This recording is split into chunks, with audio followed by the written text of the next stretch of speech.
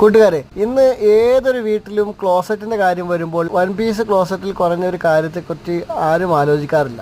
Indian ക്ലോസറ്റും European ക്ലോസറ്റിനും പറ്റി ചിന്തിക്കുന്നത് വളരെ കുറഞ്ഞ ആളുകൾ മാത്രമാണ്. ഇന്ന് ഈ വൺ പീസ് ക്ലോസറ്റ് പിടിപ്പിക്കുമ്പോൾ ഒരു ചെറിയ തമാശ ഞങ്ങൾ പരസ്പരം അങ്ങോട്ടും ഇങ്ങോട്ടും പറഞ്ഞ് അത് നിങ്ങളുമായിട്ടൊന്ന് പങ്കുവയ്ക്കുകയാണ് കേട്ടോ. പണ്ട്, അതായത് എൻ്റെയൊക്കെ ചെറുപ്പത്തിൽ ഞങ്ങളുടെയൊക്കെ വീടുകളിൽ ക്ലോസറ്റോ മറ്റു കാര്യങ്ങളോ ഒന്നും ഇല്ലായിരുന്നു. അതിന് പകരം അടുത്തുള്ള റബ്ബർ തോട്ടത്തിൽ പോയിരുന്നാണ് കാര്യങ്ങൾ സാധിച്ചുകൊണ്ടിരുന്നത്. ഒരു പാട്ടൊക്കെ പാടുമായിരുന്നു, അരുവാനെന്തേ താമസം, പാട്ടൊക്കെ പാടിക്കൊണ്ടാണ് സംഭവം സാധിച്ചുകൊണ്ടിരുന്നത്.